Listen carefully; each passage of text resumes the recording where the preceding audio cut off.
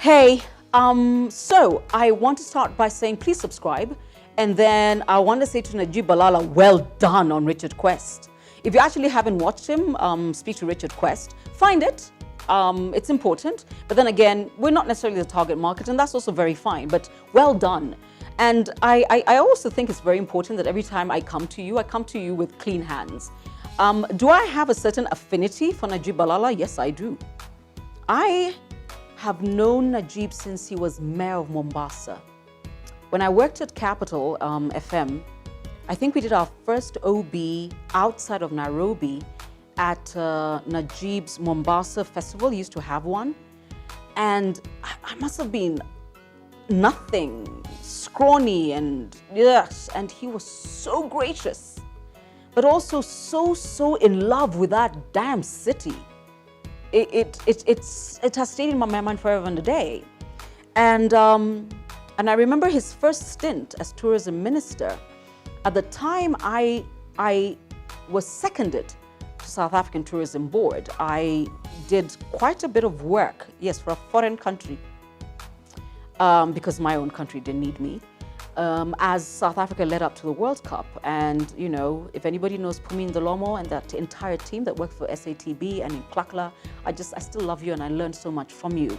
However, the Indaba that happened in Durban at the time, and the Indaba is the biggest collection of tour operators, tourism outlets, hotels, lodges in sub-Saharan Africa, I believe, and it is not open to non-SADC nations.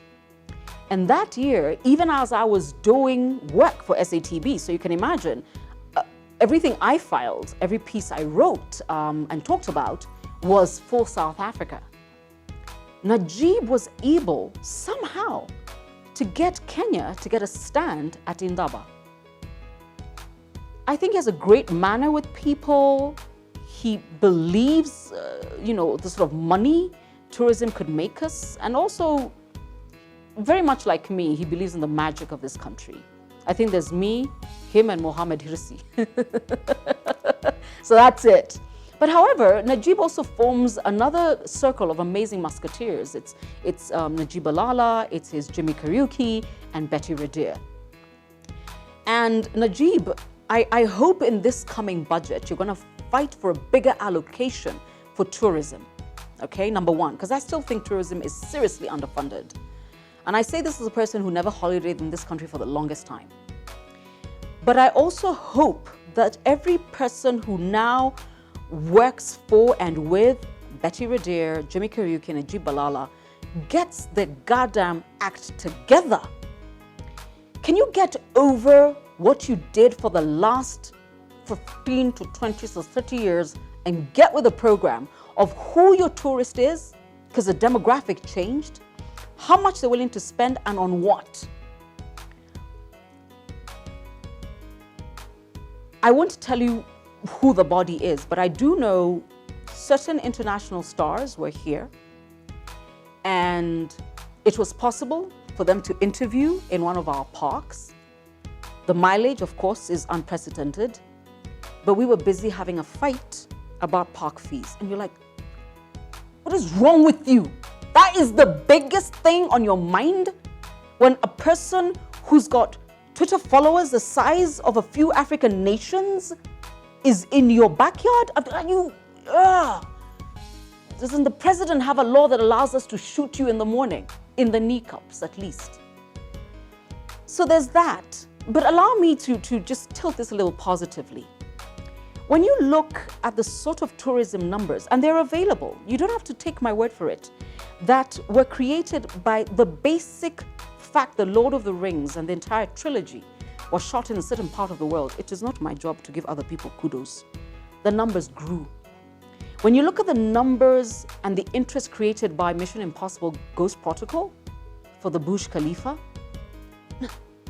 if you look at what Fast and Furious and Sex and the City have done for Abu Dhabi, it's like, what, you need a diagram? With arrows? Game of Thrones, the number of people visiting a nondescript part of Eastern Europe just because. is you can't buy that sort of marketing. You just can't. You don't have the budget.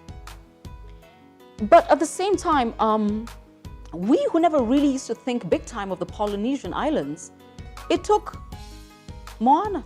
And all of a sudden, they're on the map. Moana, away, away. Yes, that one. I have a 6-year-old daughter. I have sang those songs. It took Kong, Sky Island. I had to find out where it was shot in Hawaii. There will be ROI.